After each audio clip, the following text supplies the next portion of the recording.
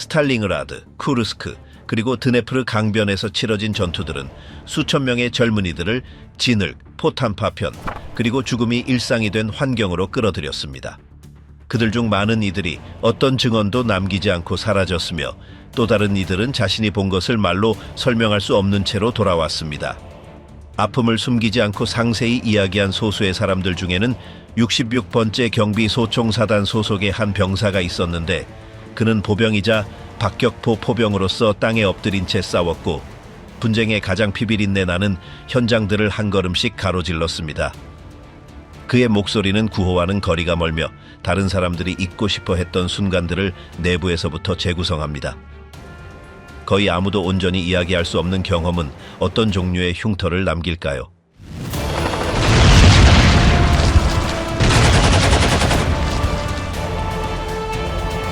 전쟁 연기 속의 젊음. 만술 압두리는 서부 시베리아의 노동자 가정에서 태어났는데 그곳은 공장의 굴뚝이 일상의 풍경의 일부였고 고된 노동이 삶의 리듬을 규정하는 환경이었습니다. 그의 어린 시절은 광산의 작업 시간과 땅을 치는 금속 소리가 하루를 표시하는 소박한 공동체 속에서 보냈습니다. 그곳에서 그는 어릴 때부터 부족함, 가족 규율, 그리고 어떤 개인적인 욕망보다도 집단적 헌신이 강한 분위기 속에서 살아가는 것을 배웠습니다. 그의 아버지는 다른 많은 사람들처럼 모두에게 평범해 보이는 힘든 조건 속에서 일했으며 그의 어머니는 집안일과 거의 자동적인 애국 교육 속에서 그를 길러냈는데 그곳에서는 모든 일상적인 몸짓이 의무감으로 둘러싸여 있었습니다. 그가 성장함에 따라 학교는 공부하는 곳 이상의 의미가 되었습니다. 수학, 역사, 지리만이 가르쳐진 것이 아니라 교실은 또한 국가 이데올로기의 연장선 역할을 했습니다. 구석구석마다 포스터들은 적이 도사리고 있으며 젊은 소련 청년은 조국을 지킬 준비가 되어 있어야 함을 상기시켰습니다. 군인, 노동자, 개척자들의 영웅적인 정의는 엄숙한 어조로 이야기되었고 만술은 그 정보를 그의 교육의 자연스러운 부분으로 흡수했습니다. 스탈린의 연설은 교실에 매달린 확성기를 통해 전달되었고 민방위 훈련은 마치 또 다른 교과목처럼 행해졌습니다. 그렇게 거의 알아차리지 못한 채 그는 의무, 충성심, 희생에 대한 매우 구체적인 생각을 형성했습니다. 그의 10대 시절 동안 일부 아이들은 여전히 놀이나 모험을 꿈꾸었지만 그는 이미 지역 광산에서 일하기 시작했습니다. 그곳에서 먼지와 끊임없는 소음 속에서 그는 삶의 고난이 책에서 배우는 것이 아니라 땅과의 직접적인 접촉에서 온다는 것을 이해했습니다. 그 으름으로 뒤덮인 차에 집으로 돌아왔을 때 그는 어머니가 체념하며 지평선을 바라보는 것과 이웃들이 라디오 뉴스를 점점 커지는 걱정과 함께 이야기하는 것을 보았습니다. 전쟁은 아직 그의 지역에 도달하지 않았지만 그것은 분위기 속에서, 눈빛 속에서 사람들이 생필품을 구매하거나 국경에서 무슨 일이 일어나고 있는지 낮은 목소리로 이야기하는 방식 속에서 느껴졌습니다. 이러한 환경에서 입대는 단순한 선택이 아니었습니다. 그것은 일종의 도덕적 명령이었습니다. 마을의 거의 모든 젊은이들은 주저없이 자원했습니다. 여자들은 그들이 떠날 때 꽃이나 수놓은 손수건을 건네주었고 이웃들은 그들을 이미 영웅인 것처럼 환송했습니다. 겨우 성년이 되었던 만술은 점점 커지는 압박감을 느끼기 시작했습니다. 그것은 주변의 기대 때문만이 아니라 뒤처져서는 안 된다고 말하는 내면의 목소리 때문이기도 했습니다. 그의 증언 중 하나에서 그는 그것을 명확하게 요약했습니다. 나는 진짜 사나이들은 모두 전선으로 갔기 때문에 전선으로 가고 싶었습니다. 군대에 합류하겠다는 그의 결정은 그의 가족에게 자부심, 체념, 그리고 두려움이 뒤섞인 감정으로 받아들여졌습니다. 그의 어머니는 아무 말도 하지 않았지만 그녀의 침묵은 어떤 말보다도 더 무거웠습니다. 반면에 그의 아버지는 그저 고개를 끄덕였는데 마치 오래전부터 그날이 올 것을 알고 있었던 것처럼 말입니다. 그때쯤 만수르는 자신의 집을 떠나는 것이 자신과 같은 사람에게 기대되는 길의 일부임을 이미 받아들였습니다. 그리고 그렇게 작은 여행 가방, 몇 장의 서류, 그리고 올바른 일을 해야 한다는 확고한 신념을 가지고 그는 징집센터를 향해 떠났습니다. 군대 목적지로 향하는 기차 여정 내내 그는 자신과 같은 다른 젊은이들을 관찰했는데 모두 긴장하고 초조한 표정을 짓고 있었습니다. 몇몇은 사기를 높이기 위해 애국가를 불렀고 다른 이들은 창밖을 바라보며 침묵을 지켰습니다. 만수르는 말을 많이 하지 않았지만 그의 눈앞을 지나가는 모든 이미지를 기억했습니다. 끝없는 들판, 반쯤 비어있는 마을, 아들을 놓아주지 않으려는 어머니들이 울고 있는 역들. 그 여정에서 그는 온 나라가 변하고 있다는 것을, 전쟁이 단지 먼 갈등이 아니라 모든 구석, 모든 가족, 모든 개인의 이야기에 닿는 현실이라는 것을 이해했습니다. 그가 마침내 훈련소에 도착했을 때 그의 삶은 완전히 바뀌었습니다. 지시는 단호했고 의심할 여지는 없었습니다. 음식은 부족했고 추위가 벽을 뚫고 들어왔으며 잠은 겨우 몇 시간 동안만 지속되었습니다. 모든 것이 그들을 전선에 대비시키는 것을 중심으로 돌아갔고 모든 실수는 고함, 추가 행군 또는 체벌로 처벌되었습니다. 하지만 낙담하기는커녕 만수르는 그 일과를 과정의 일부로 받아들였습니다. 그곳에서 그는 전국 각지에서 온 동료들을 만났는데 그들은 다른 억양으로 말했지만 같은 불확실성을 공유했습니다. 필요에 의해 생겨난 빠른 우정과 매일매일 더 강해지는 전우애가 형성되었습니다. 이와 동시에 교관들은 조국이 생명 그 자체보다 더 중요하다는 생각을 끊임없이 강조했습니다. 그것은 훈련에서, 밤샘 대화에서, 복도를 장식하는 포스터에서 반복되었습니다. 신병들은 그것이 사회주의의 승리에 유용하다면 죽음을 두려워해서는 안 된다는 것을 주입받았습니다. 그리고 만수르는 큰 소리로 말하지는 않았지만 그것을 믿기 시작했습니다. 그가 순진해서가 아니라 그 상황에서 거부하는 것은 배신으로 간주되었기 때문입니다. 민간인에서 붉은 병사로 그가 통지서를 받은 순간부터는 돌아갈 수 없었습니다.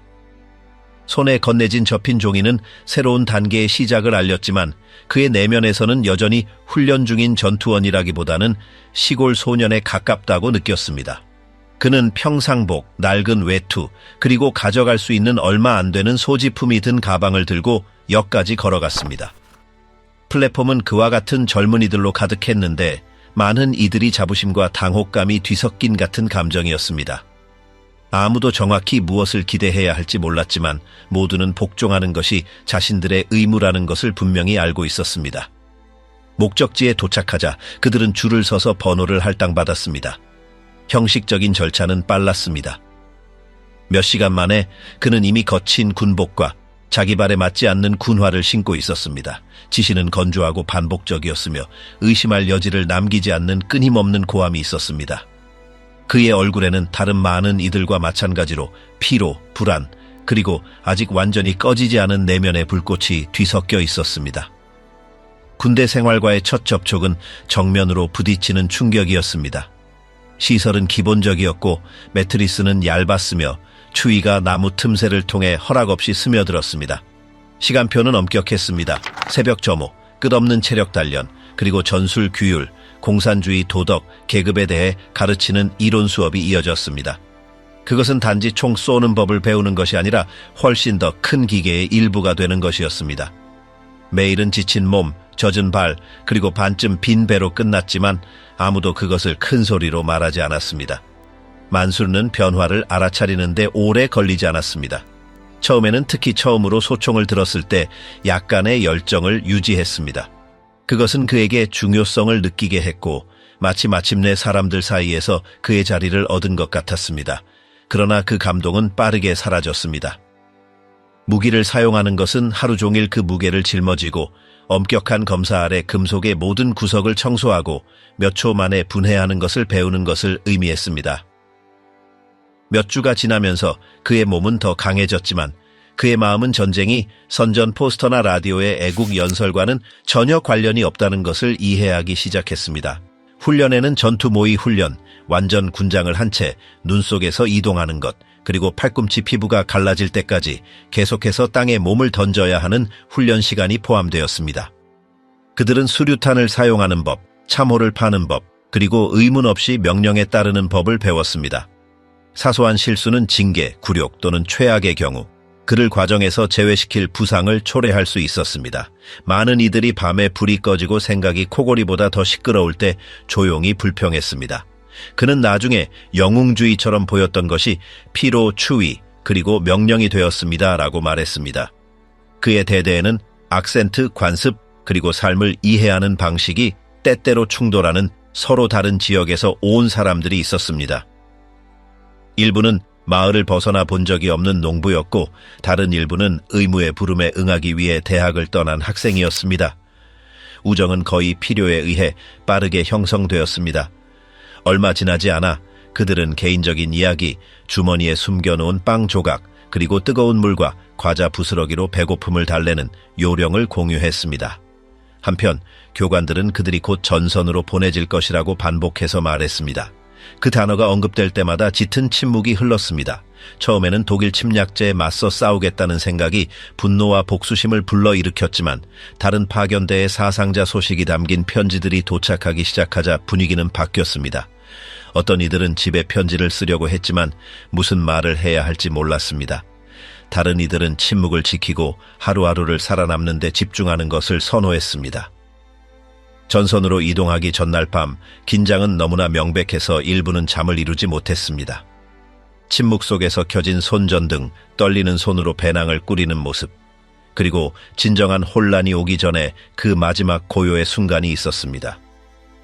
만수는 그의 야전 침대에 앉아 한쪽에는 소총을, 다리 위에는 외투를 두고 기찻길 건너편에서 그를 무엇이 기다리고 있을지 모른 채 뒤에 남겨두는 모든 것에 대해 생각했습니다.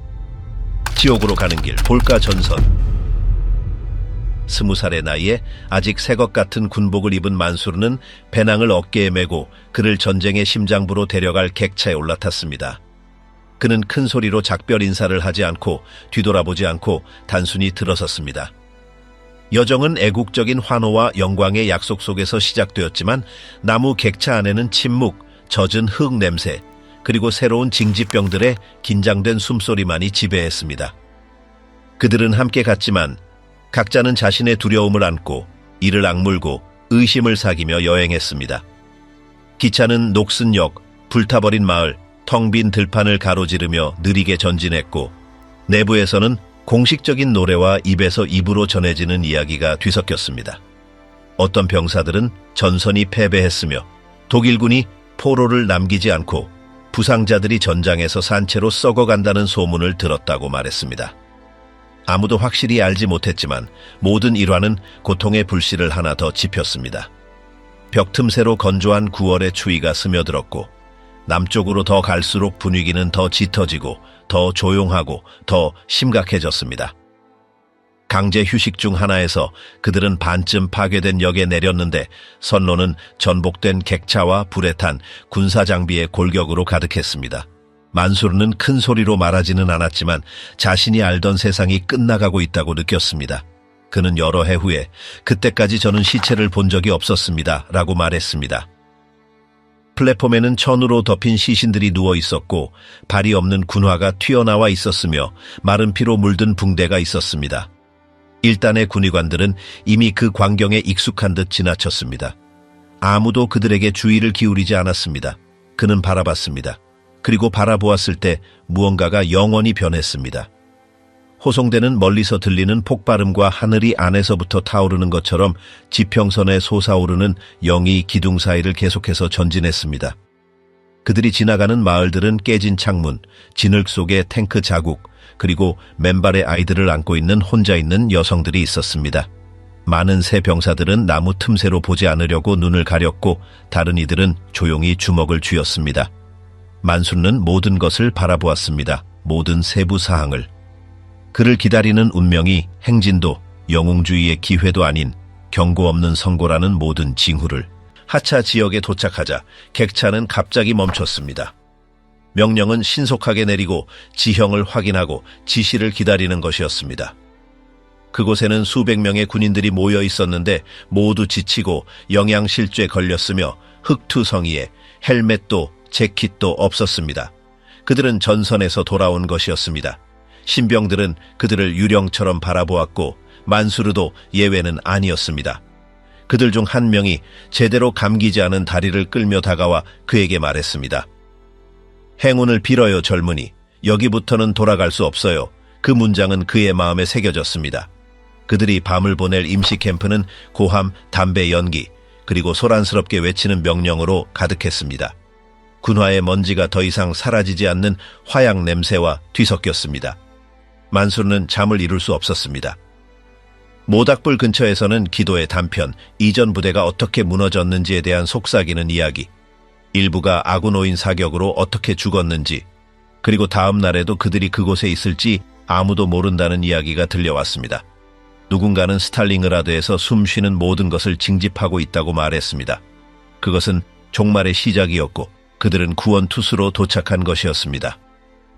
아무도 말하지 않았지만 모두는 그들이 도살장으로 보내지고 있다는 것을 알았습니다. 다음 날 아침 그들을 화선에 더 가깝게 데려갈 트럭이 도착했을 때 침묵은 절대적이었습니다. 엔진이 굉음을 냈고 먼지가 모든 것을 덮었으며 장교들은 눈을 마주치지 않고 점호를 불렀습니다.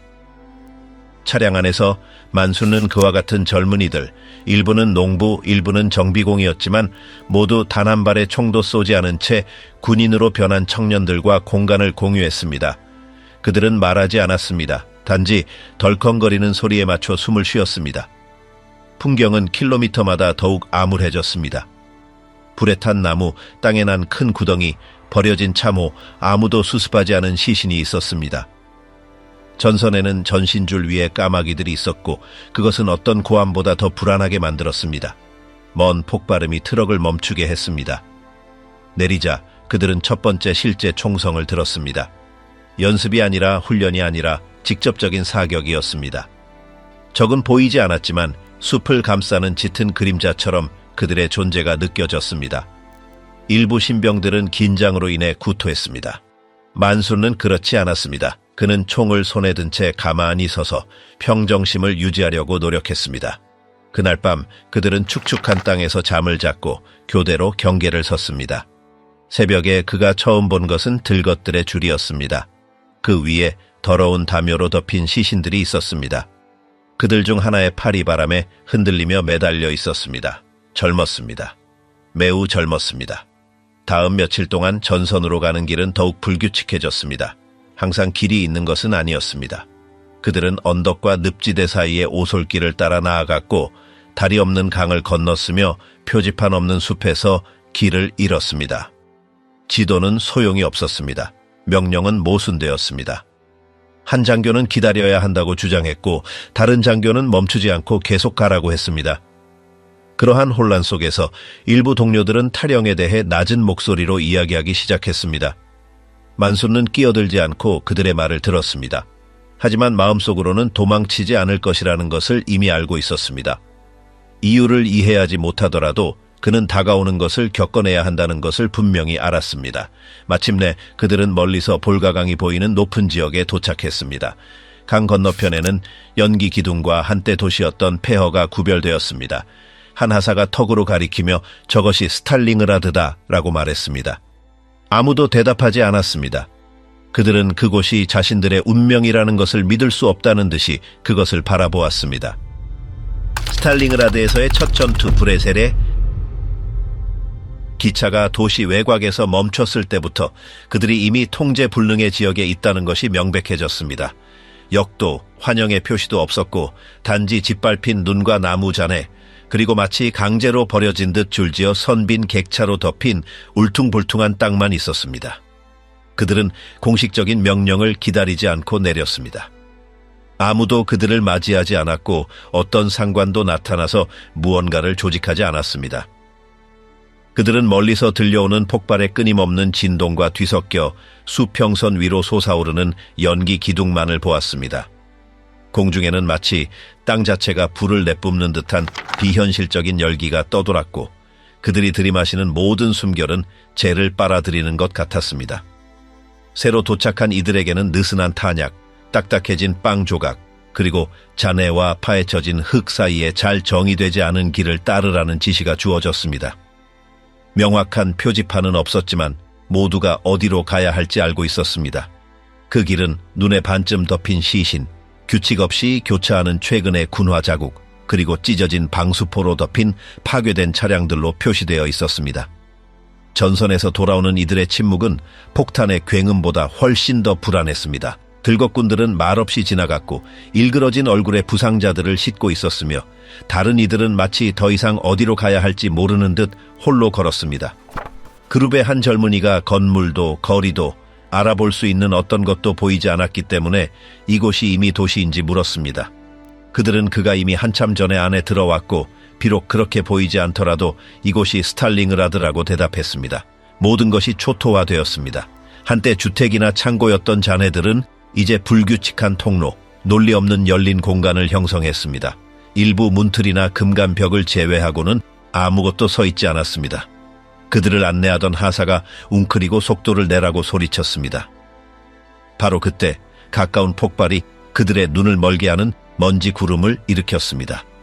몇 명이 땅에 쓰러졌습니다. 아무도 충격이 어디에서 왔는지 이해하지 못했습니다. 그들은 움직여야 한다는 것만 알았습니다. 주인공은 무너진 벽까지 기어가서 그곳에 얼어붙은 땅에 얼굴을 대고 머물렀습니다. 그때 그는 두려움이 사라지는 것이 아니라는 것을 처음으로 느꼈습니다. 그것은 다른 무언가였습니다. 몸에 자리 잡고 떠나지 않는 무언가였습니다. 그 시점부터 한 걸음마다 새로운 노력이 필요했습니다. 육체적인 피로가 최악은 아니었습니다. 그것은 언제든지 일어날 수 있는 일의 무게였습니다. 금속 구조물의 잔해 아래에서 그룹을 재편성한 후 그들에게 긴급한 임무가 할당되었습니다. 바로 핵심 교차로로의 접근을 통제하는 고지대로 전진하는 것이었습니다. 자세한 지침을 위한 시간은 없었습니다. 그들은 단지 줄을 지어 침묵 속에서 따라가고 불필요한 움직임을 피하라는 지시를 받았습니다. 그 여정 동안 그들은 한때 거리였던 곳을 가로질렀습니다. 이제 그곳은 부러진 들보, 금간벽, 무너진 지붕이 있는 폐허 사이의 복도였습니다. 그 잔해들 사이에는 숨겨진 적이 있을 수 있다는 것을 알았습니다. 그리고 실제로 있었습니다. 고립된 총성이 행진을 끊었습니다. 그들 중 한 명이 아무 소리도 내지 못하고 앞으로 쓰러졌습니다. 다른 한 명은 팔을 찢는 파편에 맞았습니다. 표시된 지점에 도착하자 그들은 부분적으로 남아있는 공장 내부에서 저항하는 부대에 합류했습니다. 속에는 없었습니다. 한 부사관이 그들에게 사용된 소총 탄약 상자 그리고 마른 흙으로 얼룩진 헬멧을 건네주었습니다. 모든 것에서 습기, 오래된 기름 그리고 쉰 피 냄새가 났습니다. 건물 내부의 바닥은 헝겊, 잔해 그리고 썩은 음식 조각들로 덮여 있었습니다. 일부 남자들은 벽에 등을 기댄 채 앉아서 잠들었습니다. 다른 이들은 아무도 쳐다보지 않고 자신의 무기를 닦았습니다.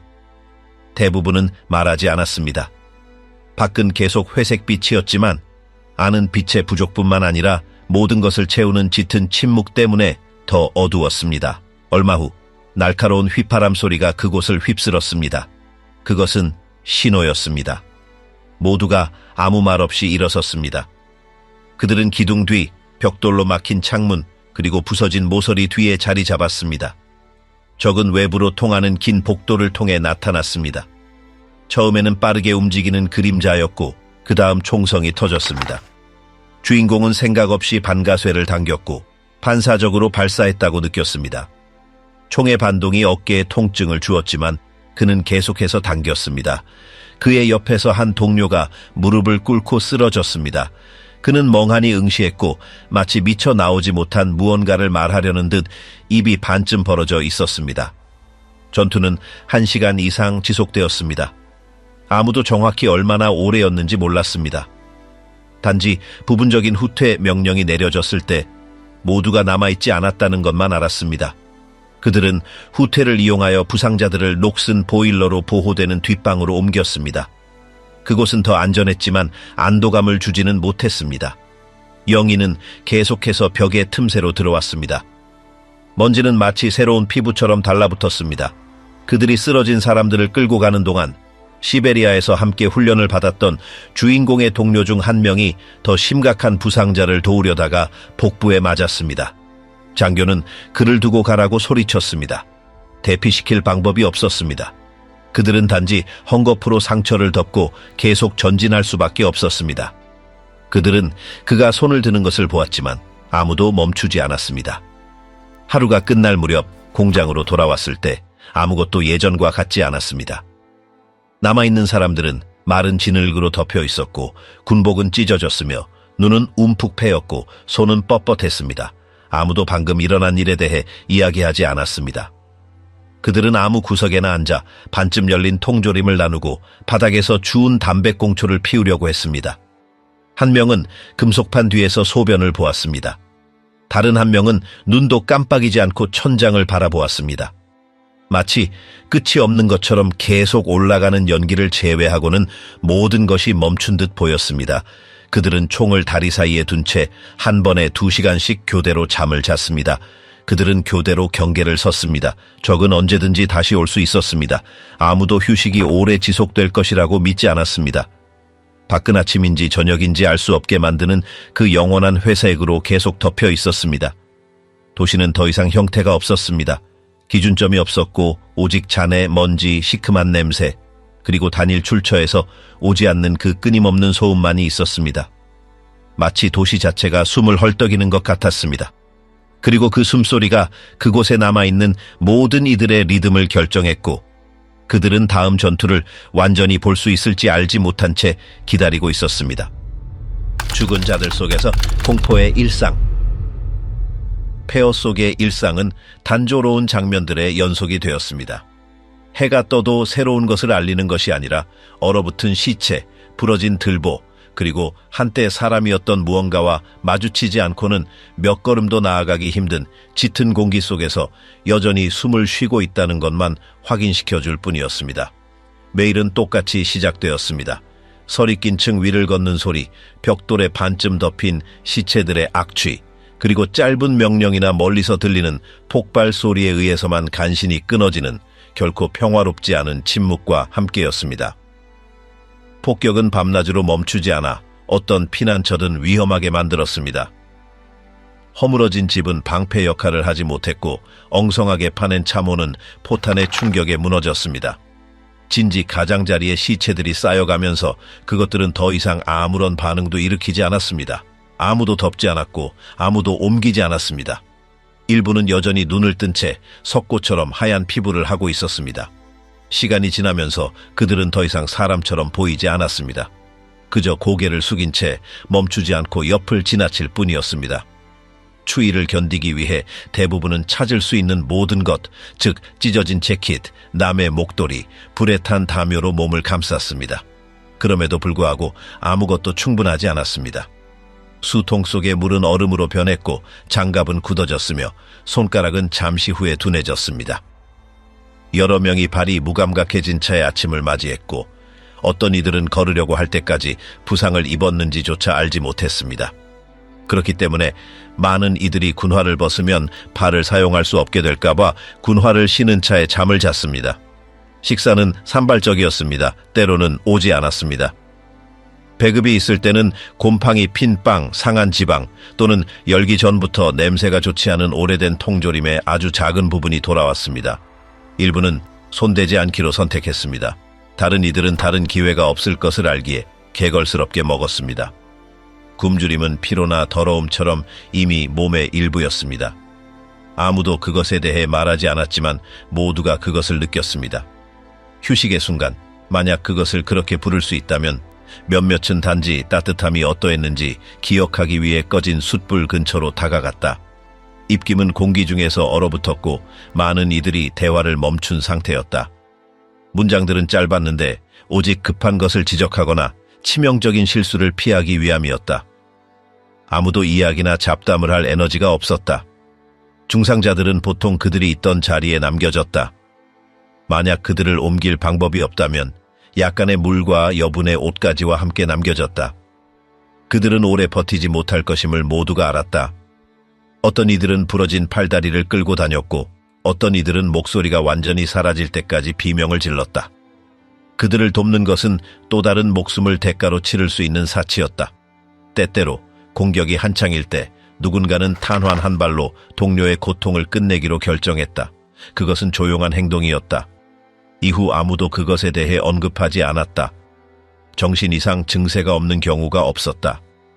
어떤 병사들은 말을 멈추고 벽이 흔들릴 때조차도 반응하지 않았다. 다른 이들은 열린 상처나 피 묻은 손을 가지고도 멈추지 않고 웃었다. 어떤 이들은 외투도 없이 마치 다른 곳에 있는 것처럼 혼잣말을 하며 밖으로 나갔다. 지휘관들은 무엇을 해야 할지 몰랐다. 만약 그들이 사병이라면 운이 좋으면 후방으로 보냈다. 만약 계급이 있다면 나머지 병사들이 그들의 상태를 알아차리기 전에 그들을 다시 전선으로 돌려보내려고 노력했다. 모르핀의 사용은 흔했다. 주사기는 간호병들과 그것을 놓을 줄 아는 병사들 사이에서 손에서 손으로 돌았다. 어떤 이들은 고통을 가라앉히기 위해 그것을 요청했고 다른 이들은 그토록 고통 없이 떠나기 위해 요청했다. 또한 공포 때문에 눈을 감을 수 없을 때 잠을 자기 위해서도 사용되었다. 아무도 왜 그것을 사용하는지 묻지 않았다. 단지 더 자주 요청하는 사람을 통해 누가 그것에 의존하기 시작했는지 알 수 있었다. 불씨는 분위기의 일부였다. 어떤 이들은 죽은 이들의 장갑이 아직 따뜻할 때 훔쳤다. 다른 이들은 담배를 빵 조각과 맞바꾸었다. 규율은 이미 막사에서 배운 것과 전혀 같지 않았다. 오직 중요했던 것은 다음 해가 뜰 때까지 살아남는 것, 더 두꺼운 벽이나 금이 가지 않은 헬멧을 찾는 것이었다. 대화는 필수적인 것에 국한되었다. 아무도 상대방이 어디서 왔는지 묻지 않았고 그들이 떠나온 마을에 대해 말하지도 않았다. 기억하는 것은 위험해졌다. 잠을 자는 것도 마찬가지였다. 아무도 외투나 소총을 벗지 않았다. 그들은 부러진 널빤지 위, 무너진 계단 옆 또는 잔해 속 등 어디에서든 귀를 곤두쓰고 잠을 잤다. 어떤 이들은 조명탄을 보지 않기 위해 눈을 가렸고 다른 이들은 부상자들의 신음소리를 듣지 않기 위해 귀를 막았다. 그러나 모든 것이 똑같이 들렸다. 복무한 지 얼마 안 된 젊은이들은 또 다른 종류의 두려움을 보였다.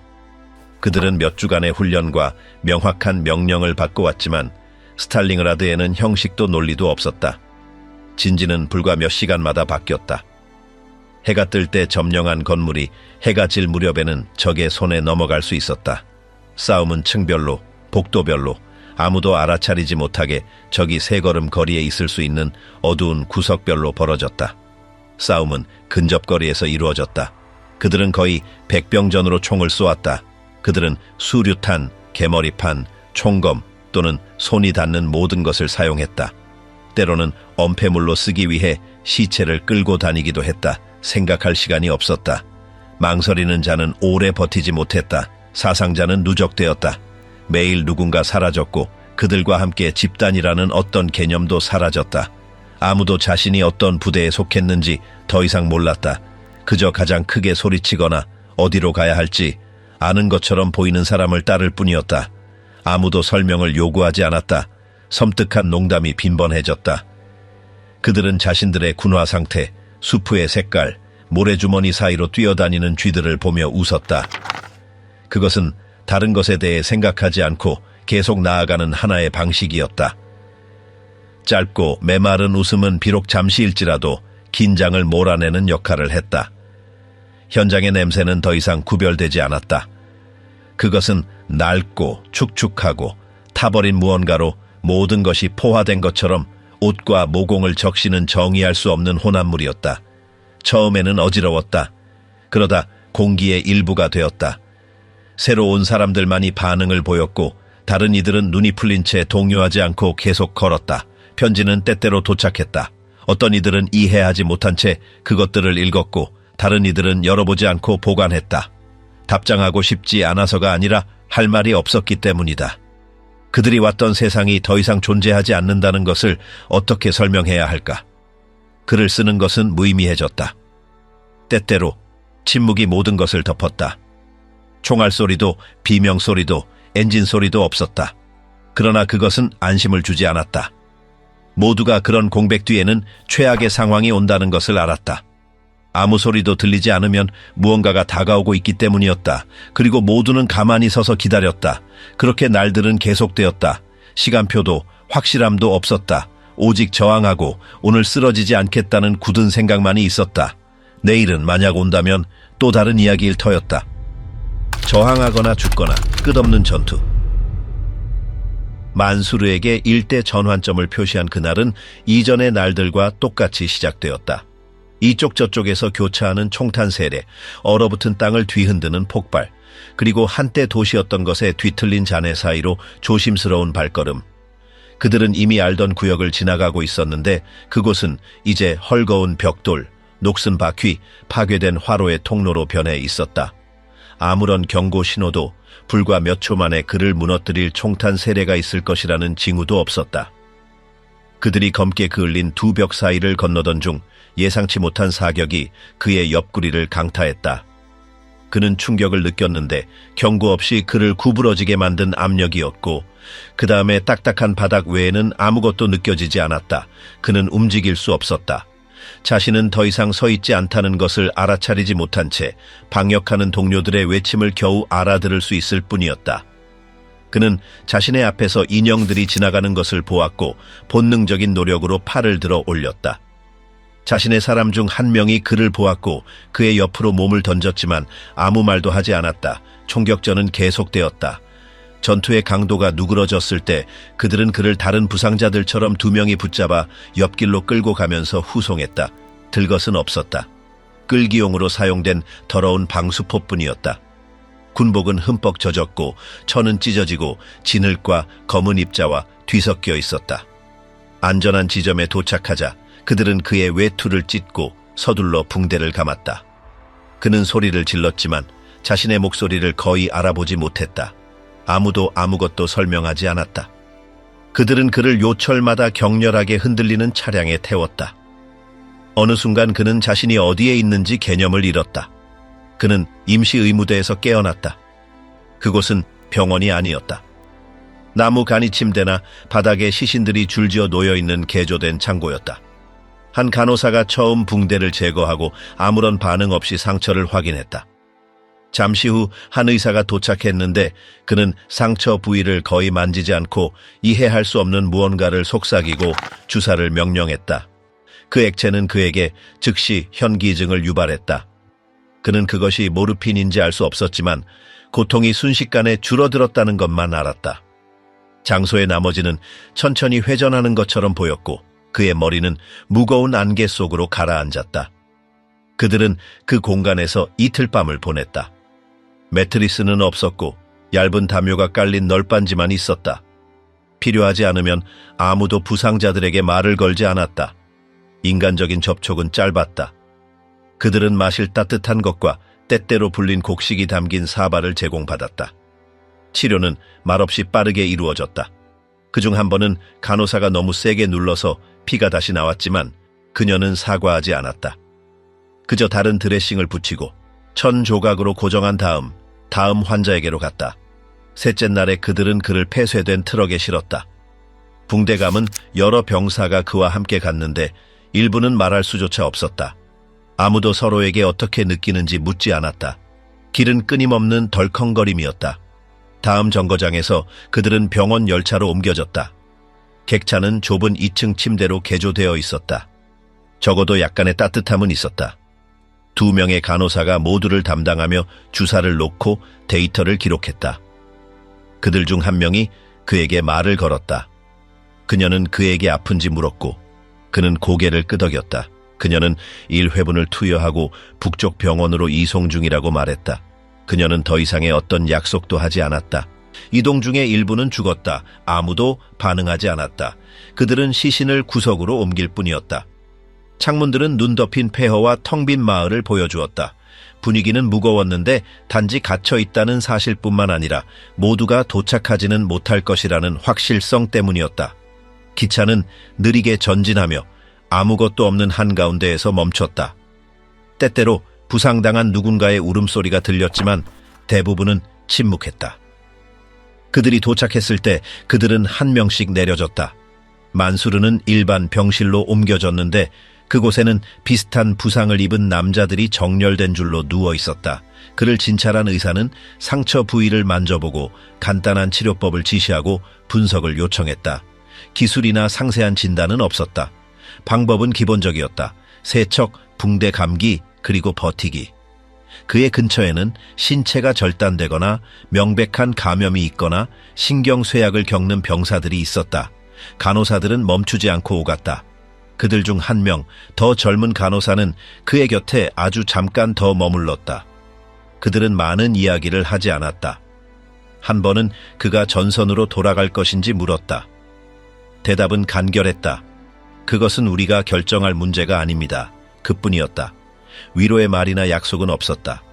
그 환경에서는 아무도 그것들을 기대하지 않았다. 어느 날 상처를 소독하는 동안 한 의사가 그에게 손상은 돌이킬 수 없는 것은 아니지만 시간이 필요하다고 말했다. 그는 마치 그것이 안심시키기에 충분하다는 듯이 내가 본 것 중 가장 나쁜 것은 아닙니다라고 말했다. 그는 대답 없이 그것을 받아들였다. 그는 널빤지 천장을 바라보고 병실을 공유하는 사람들의 끊임없는 신음을 들으며 누워서 시간을 보냈다. 때때로 그는 자신이 아직 그곳에 있는지 확인하기 위해 자신의 호흡을 세었다. 어느 날 밤 그는 2명의 간호사가 배급에 대해 이야기하는 것을 들었다. 보급품이 도착하지 않으면 식량을 줄일 것이라는 내용이었다. 다음 날 아침 식사는 더 적었다. 아무도 항의하지 않았다. 모두가 그것을 기정사실로 받아들이는 것 같았다. 일주일 후 일부가 이송될 것이라는 통보를 받았다. 아무도 어디로 가는지 설명하지 않았다. 그는 다시 트럭에 실렸고 붕대 감은 얼굴들과 움직이지 않는 몸들에 둘러싸여 있었다. 이번에는 그 역시 침묵했다. 그는 그들이 가는 곳이 더 좋은 곳인지 더 나쁜 곳인지 알 수 없었지만 한 가지를 분명하게 이해했다. 그가 지금까지 살아남은 것은 힘이나 믿음 때문이 아니었다. 그것은 단지 어떤 이유로 아직 그의 차례가 아니었기 때문이었다. 전선으로의 씁쓸한 복귀.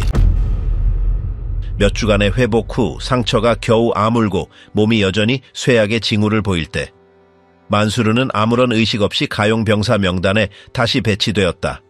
아직 병원에 침체된 리듬에 적응하던 그는 설명도 작별 인사도 없이 통보를 받았다.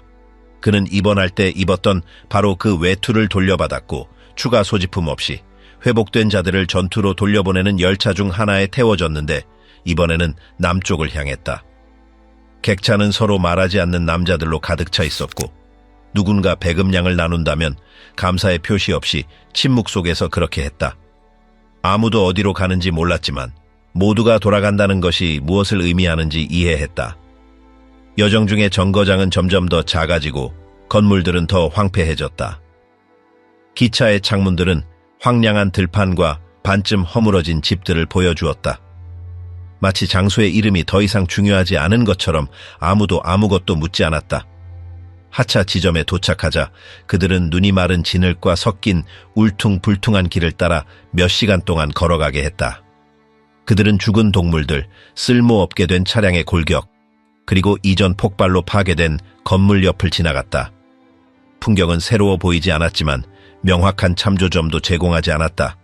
폐허를 보는 것이 더 이상 놀랍지 않았고 버려진 시신을 발견하는 것이 반응을 불러일으키지도 않았다. 그의 새로운 부대는 완전히 다른 편제에 속했다.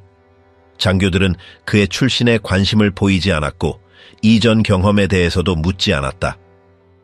그들은 그에게 무기 하나를 할당하고 위치를 지시했으며 별다른 의식 없이 나머지와 통합시켰다. 아무도 그의 스탈링그라드에서의 과거와 병원에서의 시간에 대해 언급하지 않았다.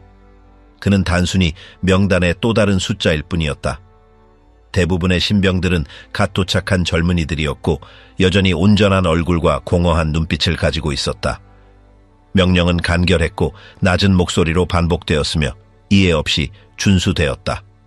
작전 지역은 그가 알았던 모든 것과 달랐다. 그곳은 고립된 집, 흩어져 있는 나무, 그리고 황폐한 길이 있는 시골 지역이었다. 방어선은 있는 것으로 무장되었다. 얼어붙은 흙더미, 부러진 기둥, 그리고 지나가면서 수집한 재료 조각들. 높은 구조물이나 견고한 진지는 없었다. 적의 저격수는 들판의 가장자리에 숨어 있었고 모든 전진은 수미터를 기어가는 것을 요구했다. 밤에는 바람소리가 멀리 있는 엔진 소리와 섞였고 아무도 어디에서 오는지 확인하려고 하지 않았다. 초기 교전에서 중대는 공격자를 식별하기도 전에 사상자를 입었다. 총성은 불확실한 구역에서 왔고 총탄 세례는 마치 땅 그 자체에서 솟아나는 것 같았다. 그들이 이동 방식을 조정하는 데 며칠이 걸렸다. 한 번의 정찰 중에 그들은 최근의 관측 지점으로 사용된 오두막을 발견했다. 안에는 아직 따뜻한 음식 잔해와 손으로 쓴 문서가 있었다. 한 병사가 누구도 아무 말도 하지 않는 가운데 공책을 불 속에 던졌고 그 그룹은 숲이 우거진 지역으로 행진을 계속했다. 만수르는 두려움을 느끼지 않았다. 호기심도 느끼지 않았다. 그는 명령받을 때만 전진했고 누군가 손을 들 때 멈출 뿐이었다. 동료들 간의 관계는 드물었다. 어떤 이들은 군화를 닦거나 장비를 정비하는 동안 별것 아닌 일에 대해 이야기했다. 2명이 그의 흉터에 대해 물었지만 스탈린그라드라는 단어를 듣고는 더 이상 캐묻지 않았다. 야간 이동 중에 만수르는 감정을 떠올리지 않았고 절차만을 간신히 기억했다. 추위는 그가 이전에 느꼈던 것과 다르지 않았지만 주변 환경은 달랐다. 건물도 지하도 좁은 거리도 없었다. 오직 개활지와 낮은 언덕, 그리고 감시 지점이 임시로 만들어진 작은 나무 조각들 뿐이었다. 짧은 교전 중에 새로운 병사들 중 하나가 무너졌다. 그는 전진 도중에 무릎을 꿇고 중얼거리기 시작했다. 그들은 그를 길에서 치웠고 다시는 그에 대해 이야기하지 않았다. 그 그룹에서 정신적 소모는 뚜렷했다. 어떤 이들은 먹는 것을 멈추었고 다른 이들은 피난처를 공유하더라도 고립되었다. 가장 젊은 이들은 며칠 만에 늙어버렸고 침묵은 군복의 일부가 되었다. 만수르는 더 이상 누군가를 알아보려 하거나 이야기를 하지 않았다. 그는 매일이 끝날 때 시신을 셀 뿐이었다. 어느 날 아침 상급 장교가 그들의 진지를 방문하여 소총을 검사하고 무언가를 적은 후 아무런 언급 없이 떠났다. 곧이어 새로운 명령이 내려졌다. 시야 확보를 위해 가까운 언덕으로 이동하라는 것이었다.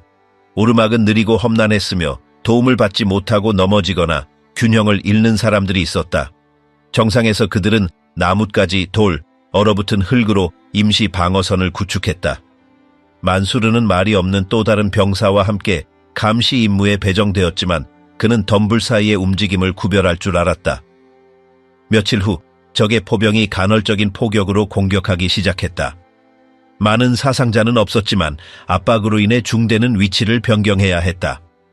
새로운 진지는 더 노출되어 있었지만 인근 부대와 더 잘 소통할 수 있게 했다.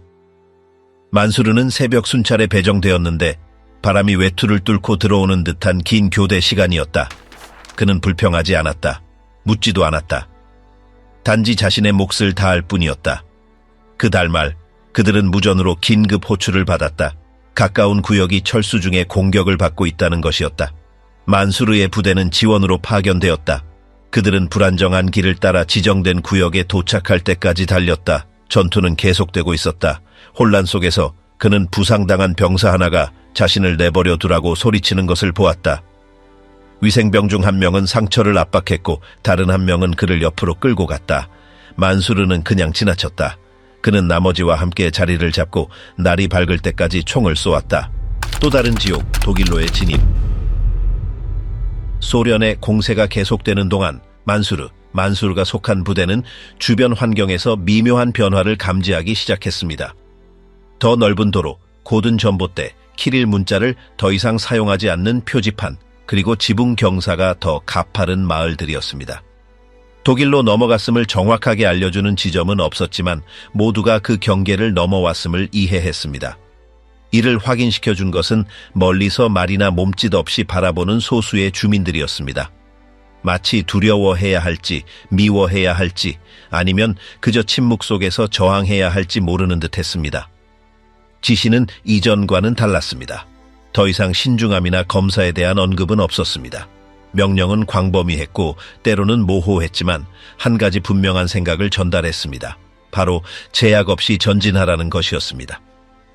일부 병사들은 승인을 기다리지 않고 집을 수색하기 시작했고 다른 이들은 도구를 가져가거나 찬장을 열고 따뜻한 음식을 발견하면 스스로 차려 먹었습니다. 아무도 아무 말 하지 않았습니다. 지휘계통은 이를 허용했거나 적어도 금지하지 않았습니다. 낮은 목소리로 적에게 속한 모든 것은 죄책감 없이 취할 수 있다는 말이 오갔습니다. 만수르 만술는 여전히 침묵을 지켰습니다. 그의 주변에는 새로운 신병들이 소대에 합류했는데 그들 중 다수는 아직 총을 제대로 사용하는 법도 모르는 채 독일어로 된 표지판을 읽거나 낯설게 들리는 언어로 된 목소리를 들으며 방향을 잃은 눈빛이었습니다. 쓰러진 적군의 군복 주머니에서는 공책, 사진 또는 알 수 없는 도장이 찍힌 통행증이 발견되었습니다. 매번 무언가를 발견할 때마다 그들이 이 모든 파괴의 근원이었던 나라의 깊숙한 곳으로 들어가고 있음을 상기시켰습니다. 순찰 중 소련 병사들은 저항 없이 항복하는 한 무리의 사람들을 가로막았습니다.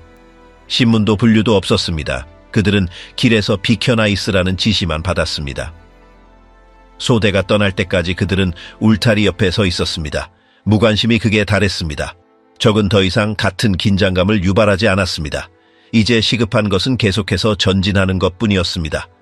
시골 교차로에서 하얀 머리카락의 한 여성이 손에 용기를 든 채 천천히 다가왔습니다. 하사관들 중 한 명이 그녀를 보지도 않고 밀쳐서 막았습니다. 아무도 반응하지 않았습니다. 오직 발걸음을 유지하고 산만해지지 말라는 지시만 들렸습니다. 며칠 후 반쯤 부서진 작은 기차역에 도착했을 때 플랫폼들 중 하나 아래에 설치된 폭발물이 터졌습니다. 만수르는 수미터 날아갔고 왼쪽 다리는 금속 파편들로 벌어졌습니다. 2명의 동료가 그에게 몸을 던져서 탈선된 기차 차량 뒤로 그를 끌고 갔습니다. 허리띠 조각들과 임시로 만든 붕대로 그들은 위생병이 도착할 때까지 출혈을 멈추게 하는 데 성공했습니다. 응급구조소는 지붕이 없는 집이었고 해진 매트리스, 나무 상자, 양동이에 담긴 물 등 최소한의 것들만 갖추어 개조되었습니다. 더러운 천으로 얼굴이 반쯤 가려진 한 간호사가 얼룩진 헝겊들 사이에서 앰플을 찾는 동안 그에게 이름을 물었습니다. 그들은 그의 생각을 흐리게 하는 무언가를 주사했고 그 후 그를 다른 이송 대기 부상자들과 함께 널빤지 위에 눕혔습니다. 얼마 지나지 않아 아무런 설명 없이 임시 의료센터로 이송되었습니다. 그들이 도착한 의료센터에서 군인들은 심각도에 따라 그룹들로 나뉘었습니다. 만수르는 부상자들이 앉거나 바닥에 누워 기다리는 부속 병실에 남겨졌습니다. 시간은 잦아드는 신음소리와 문에서 던져지는 짧은 명령들 사이에서 흘러갔고 마침내 한 의사가 예고 없이 나타났습니다. 그들은 그의 다리를 확인하고 기본적인 도구들로 완전한 마취 없이 수술을 수행했습니다. 그러고 나서 그는 다른 5명의 남성들이 겨우 밝혀진 공간을 공유하는 작은 방으로 옮겨졌습니다. 하루하루는 변화 없이 반복되었습니다. 붕대는 오전에 교체되었고 오후에는 점호가 진행되었습니다. 면회도 전선 소식도 설명도 없었습니다. 일부는 서로 이야기했지만 대부분은 그렇지 않았습니다. 고통에 대한 인식이 점점 더 모호해졌습니다. 만수르는 더 이상 비명소리, 흐느낌, 심지어 절망적인 몸짓에도 반응하지 않고 단지 관여하지 않고 관찰만 한다는 것을 알아차리기 시작했습니다. 새벽녘 입원 환자들 중 한 명이 떨기 시작했습니다. 그는 통제할 수 없이 몇 분 동안 몸부림치다가 간호사 2명이 그를 데리고 나갔습니다. 아무도 그의 이름을 묻지 않았습니다. 다음 날 아침 그의 침대는 비어 있었습니다. 만수르는 그를 이전에 아마도 이송 중에 보았다는 것을 알았지만 명확하게 기억해낼 수는 없었습니다.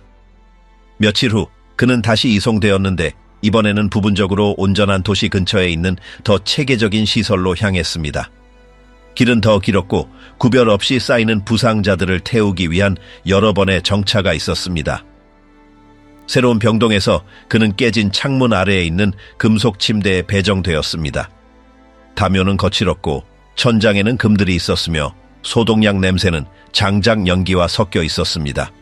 일과는 여전히 단조로웠는데 빠른 검진, 부족한 식사, 그리고 아무도 이행하고 싶어 하지 않는 청소 순번이었습니다. 한 간호사가 그에게 묽은 수프 한 그릇과 빵 한 조각을 건넸습니다. 그는 그녀를 쳐다보지도 감사하지도 않고 그것을 받았습니다. 양철 접시를 부딪히는 숟가락 소리는 그날의 유일한 움직임이 있는 순간을 표시했습니다. 시간이 지나면서 일부는 퇴원했고 다른 사람들은 그들의 자리에 도착했습니다. 순환은 끊임없었고 아무도 서로를 알지 못했습니다. 만수르는 새로운 사람들과 이야기하지 않았고 발소리, 문 닫히는 소리, 짧은 지시만 듣는 것으로 자신을 제한했습니다.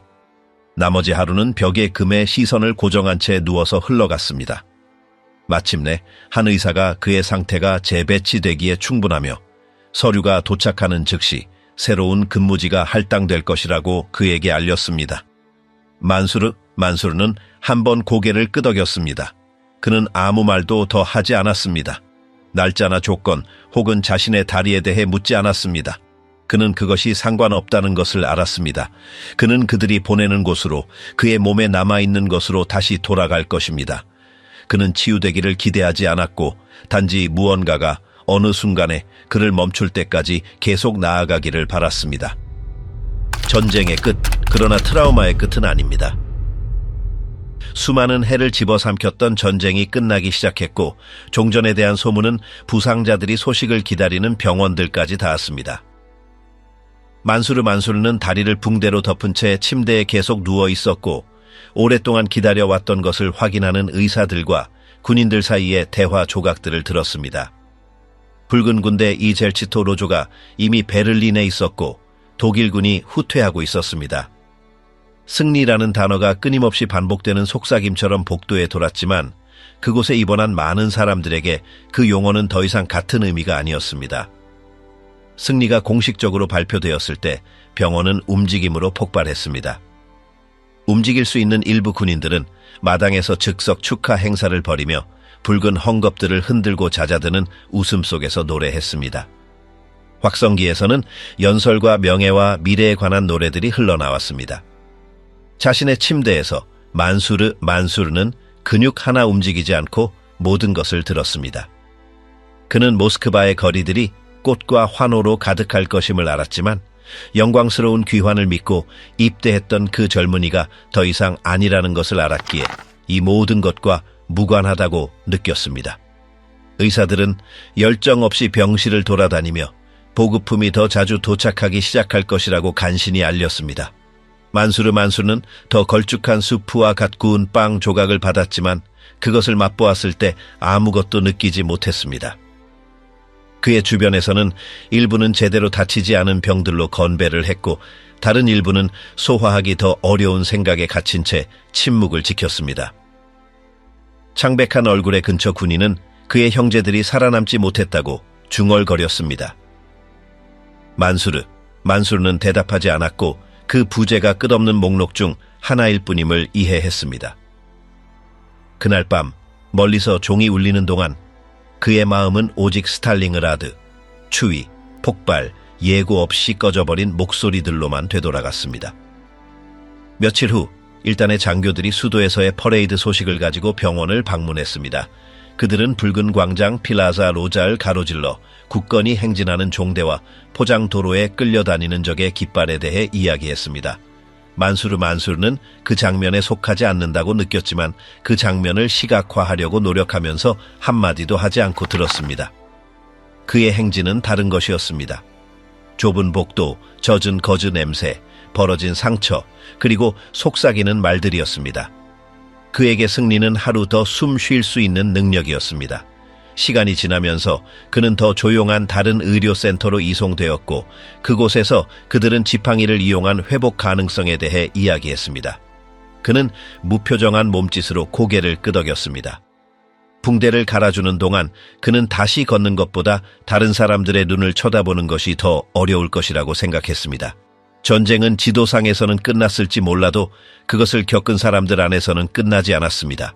그가 퇴원했을 때 그는 자신의 복무를 확인하는 문서와 별도의 의식 없이 보관한 메달 하나를 받았습니다. 귀가하는 기차 여행은 눈에 띄는 후유증을 가진 사람들로 가득 찬 기차에서 이루어졌습니다.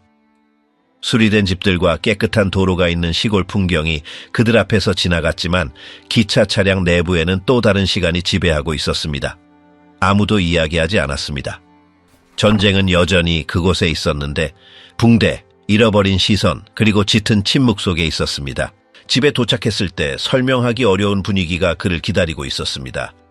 일부 지인들은 어떻게 해야 할지 잘 모르겠다는 듯 그에게 인사했고 그의 어머니는 아무 말 없이 그를 안아주었습니다. 만수르는 희미하게 미소 지었습니다. 그는 어릴 때부터 알던 거리를 걸었지만 더 이상 연결감을 느끼지 못했고 모든 것이 먼 무대 배경처럼 낯설어 보였습니다. 그는 민간 생활로 복귀하려고 노력했습니다. 처음에는 간단한 일들로, 나중에는 너무 오랫동안 굳건히 서 있을 수 없는 작업장에서 일했습니다.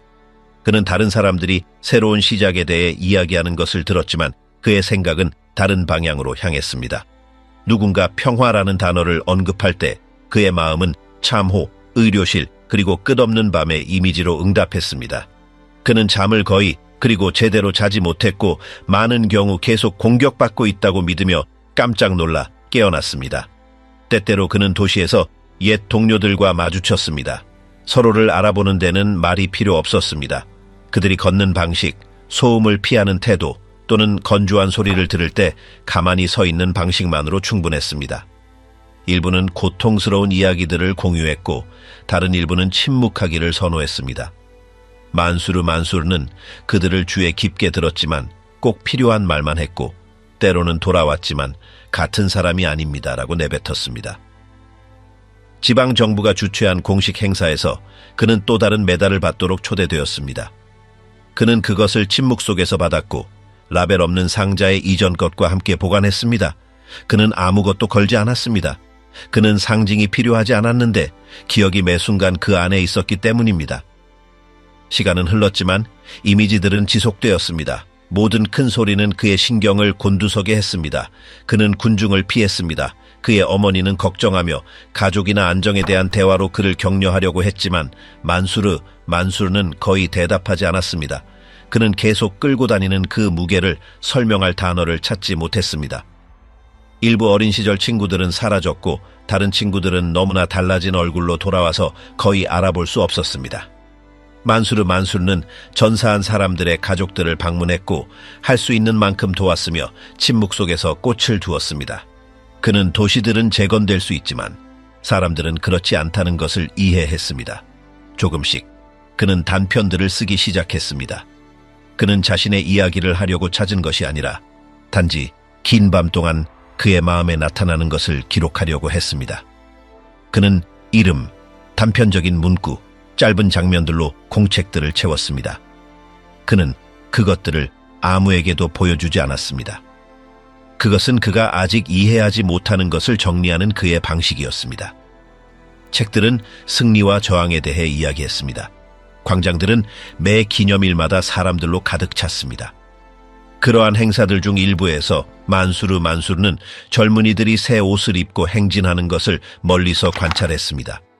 그는 개입하지 않았습니다. 그의 구석에서 그는 다른 것을 보았습니다. 행진이 아니라 부제를, 음악이 아니라 메아리를 보았습니다. 그리고 비록 다른 사람들 사이를 걸었지만 그는 자신의 내면에서는 결코 끝나지 않는 그 겨울에 여전히 갇혀 있다는 것을 알았습니다. 결코 쉬지 않는 기억. 전쟁이 끝난 후 이어진 해들은 만수르에게 안식을 가져다 주지 못했습니다. 공식적으로는 분쟁이 종결되었고 나라는 승리를 축하했지만 그에게는 매일이 전선에서 겪었던 일의 조용한 연장선이 되었습니다.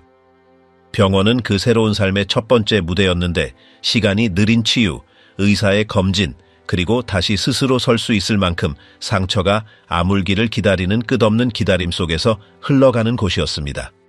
그곳에서 그는 자신처럼 돌이킬 수 없이 상처 입은 다른 남자들을 만났습니다.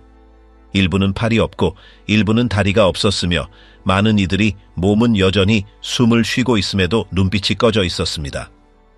이러한 공조는 그에게 정상으로의 복귀가 불가능한 길임을 보여주었습니다. 병원에서 몇 주를 보낸 후 그는 퇴원하기에 적합하다고 선언되었습니다. 그는 다른 부상당한 군인들과 함께 기차에 태워졌고 모두 시선을 잃은 상태였습니다. 생계를 유지하기 위해 그는 광산에서 일자리를 수락했는데 그것은 전투만큼이나 위험하고 지치게 하는 일이었지만 방식은 달랐습니다. 지하로의 하강은 그에게 좁은 터널, 짙은 어둠, 그리고 붕괴, 축적된 가스 또는 기계 사고로 인해 언제든지 죽음이 나타날 수 있다는 느낌 등 전쟁의 특정 구절들을 상기시켰습니다. 그는 이전에는 소총을 들었듯이 매일 연장을 움켜쥐었고 몇 달이 지나면서 그의 몸은 어느 정도의 신체적 강인함을 회복했지만 정신적 피로는 결코 사라지지 않았습니다. 많은 동료들도 전직 전투원이었는데 말을 거의 하지 않고 너무 많이 공유하지 않은 채 일하고 집으로 돌아가는 데만 집중하는 사람들이었습니다. 국가는 그에게 군인 연금을 주었고 이는 광산 노동의 임금을 보충하기에 겨우 충분한 인정이었습니다. 그럼에도 불구하고 그 돈은 그가 너무 많은 이들이 남겨진 곳에서 살아남았다는 것을 끊임없이 상기시켰습니다. 급여를 받을 때마다 그는 마치 그 혜택이 다른 이들의 부재 위에 세워진 것처럼 설명하기 어려운 찌르는 통증을 느꼈습니다. 그의 죽은 친구들의 이름은 아무런 노력 없이 그의 기억 속에 나타났고 그 목록은 그가 큰 소리로 발음할 수 있는 것보다 더 길어졌습니다. 쉴 수 있는 날들, 피로가 허락할 때면 그는 자신의 작은 집 식탁에 앉아 전쟁에서 가져온 얼마 안 되는 것들을 보관한 종이 상자를 살펴보곤 했습니다.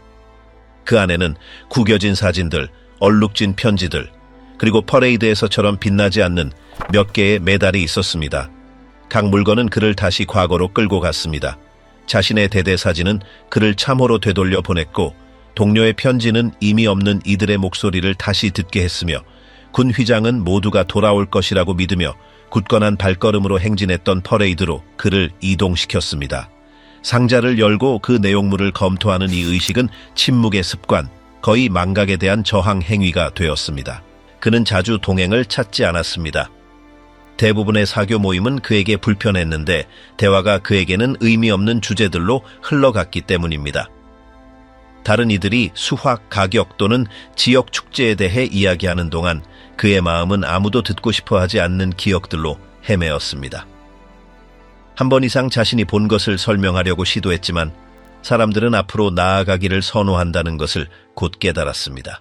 사회는 깨끗한 승리, 그림자 없는 자해건을 믿을 필요가 있었고 그는 그 반대를 대변했습니다. 전쟁이 문서에 서명할 때 끝나지 않았다는 살아있는 증거였습니다. 광산에서 일부 젊은이들은 그에게 전선 이야기를 해달라고 요청했습니다. 그는 짧은 문장으로 대답했는데 거의 항상 그것이 힘들었고 중요한 것은 나라가 저항했다는 것이라고 말하는 데 그쳤습니다. 그는 충실한 이야기는 누구라도 놀라게 할 것임을 알았기 때문에 세부 사항에 들어가는 것을 피했습니다. 그러나 집에 도착하면 그가 침묵했던 바로 그 장면들이 누군가가 멈추지 않고 그의 기억에 투영하는 것처럼 참을 수 없는 선명함으로 되돌아왔습니다. 그가 놀라지 않고 잠들 수 있는 밤은 없었고 많은 경우 귀에 총성이 울리는 메아리와 함께 땀에 흠뻑 젖어 깨어났습니다. 고독은 그의 가장 꾸준한 동반자가 되었습니다. 가까이에 가족과 지인들이 있음에도 불구하고 그는 보이지 않는 벽이 그를 모든 사람과 분리하는 것처럼 소외감을 느꼈습니다. 시간이 지나면서 그는 그 거리감과 함께 사는 법을 배웠고 그와 나머지 사람들 사이에는 아무도 채울 수 없는 공간이 항상 있을 것임을 이해했습니다. 그 수용이 고통을 지우지는 않았지만 그것을 견딜만하게 만들었습니다. 세월이 흘렀고 그와 함께 지하에서 일하고 몸의 먼지를 뒤집어 쓴 채 집으로 돌아오는 일상이 이어졌습니다. 군인 연금은 계속 들어왔고 그와 함께 거의 훑어보지도 않고 서랍에 넣어두는 새로운 메달이나 졸업장들이 따라왔습니다. 그가 그것들을 경멸해서가 아니라 그 속에서 자신이 겪은 일에 진정한 반영을 보지 못했기 때문입니다. 그에게 훈장은 잃어버린 전우들의 얼굴이나 그를 따라다니는 기억의 무게를 대신할 수 없었습니다. 때로는 전선에 옛 동료들의 방문을 받기도 했습니다. 그 만남들은 짧았고 긴 침묵과 어떤 말보다 더 많은 것을 말하는 시선으로 가득 차 있었습니다. 누가 살아남았는지, 누가 사라졌는지, 누가 드러누워 있게 되었는지에 대해 이야기했습니다. 모두가 과거를 너무 많이 다시 여는 것이 다시 피를 흘리는 것과 같다는 것을 이해하는 것처럼 견딜 수 없게 되기 전에 중단되는 대화들이었습니다. 그 긴 겨울들 중 하나 동안 그는 자신이 겪은 일을 쓰기 시작하기로 결정했습니다. 글쓰기는 대중적인 행위가 아니라 내밀한 필요가 되었습니다. 그는 여전히 무게로 남아있는 것을 기록하고 싶었을 뿐입니다. 그는 평범한 종이, 때로는 재활용 종이 조각, 그리고 다른 연필을 사용했습니다. 그는 질서 잡히기를 거부하는 기억과 싸우며 느리게 나아갔습니다. 어떤 문장들은 읽기 견딜 수 없어서 즉시 지웠고 다른 문장들은 미완성으로 남겨두었다가 몇 주 후에 다시 돌아왔습니다. 그 노력은 또 다른 싸움이 되었는데 더 내밀하지만 똑같이 힘든 싸움이었습니다. 페이지를 넘길 때마다 축적된 무게의 일부를 해방하는 것을 느꼈지만 동시에 마음속에 묻으려고 했던 장면들과 다시 마주했습니다. 기차 소리, 포로들의 얼굴, 친구들의 시신, 모든 것이 글을 쓸 때 선명하게 다시 나타났습니다. 그러나 멈추는 대신 그는 다음 세대들이 승리의 진정한 대가를 이해할 수 있도록 증언이 기록되어야 한다고 확신하며 계속했습니다. 그 과정에서 그는 군인들의 회고록을 수집하는 데 관심이 있는 젊은 편집자의 방문을 받았습니다. 처음에는 자신의 말이 조작되거나 단순한 애국적인 이야기로 축소될까 두려워 망설였습니다. 그러나 편집자의 끈기와 그의 목소리를 존중하겠다는 약속이 그를 설득했습니다. 그리하여 그가 혼자 썼던 종이들이 책의 형태로 만들어지기 시작했습니다. 작성한 것을 검토하고 수정하는 경험은 그에게 모든 단계, 모든 전투, 모든 상처를 다시 한번 살게 했지만 또한 그 자신의 이야기를 정리할 수 있게 해주었습니다.